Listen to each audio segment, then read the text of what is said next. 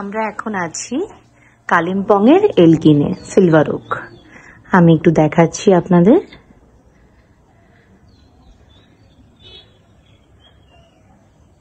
একটা অসাধারণ ভিউ।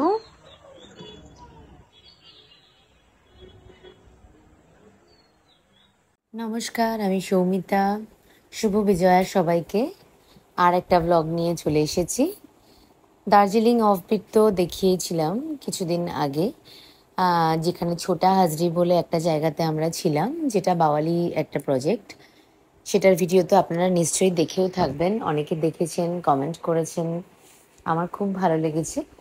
ওখানেই বলেছিলাম সেকেন্ড পার্ট নিয়ে আবার আসবো কালিম্পংয়ে, যেখানে আমরা এলগিনে ছিলাম সিলভার ওকস বলে।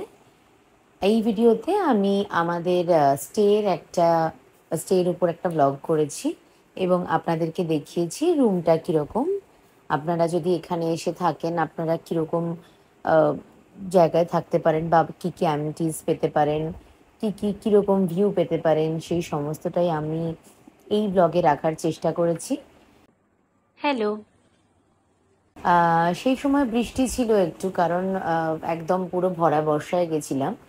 আপনারা নিশ্চয়ই যারা ডিসেম্বর জানুয়ারি এই সময় যাওয়ার প্ল্যান করছেন নর্থ বেঙ্গল, আরও সানি পাবেন, সব কিছু আপনারা জানেন। আর চারিপাশে দেখবেন প্রাকৃতিক দৃশ্য ভীষণ ভালো, সেরকমই ভালো তার খাওয়া দাওয়া। সমস্ত কিছুটাই আমার ভিডিওর মধ্যে আপনারা দেখতে পাবেন, আমরা কি কি খেয়েছি, কি কি করেছি ওখানে।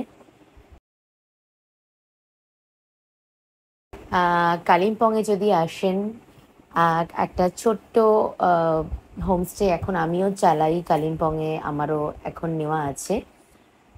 পাহাড়কে ভালোবেসে ফেলেছি, তাই ভেবেছিলাম পাহাড়ে কিছু একটা করব। আপনারা যারা আমার ব্লগগুলোকে ফলো করেন, আমার চ্যানেলকে ফলো করেন, তারা নিশ্চয়ই দেখেইছেন ইতিমধ্যেই। আমি খুব ছোট্ট একটা খুব কোজি হোমস্টে নিয়েছি কালিম্পংয়েই। আর একটু যদি স্পেসিফিক করি, আপনারা সিল্ক রুট যখন শুরু করেন, তখন যে আপনারা সিলেরিগাঁও বলে যে জায়গাটা পান, সেখানে তো সেখানে অবশ্যই আসতেই পারেন এবং আসলে আমার ভীষণ ভালো লাগবে। আপনারা তো এই জায়গাগুলো যেগুলো ভীষণ পরিচিত, সেগুলোতে তো থাকবেনই অবশ্যই, কিন্তু এক রাতের জন্য আমারও অতিথি হয়ে আপনারা থাকতে পারেন, তারও ভিডিওস নিয়ে আমি আসবো। চেষ্টা করব আপনাদেরকে ভীষণভাবে সাদর অভ্যর্থনা জানাতে। আর এরপরেও আমি আরও কিছু ব্লগস নিয়ে আসছি দার্জিলিং এবং কালিম্পং রিলেটেড।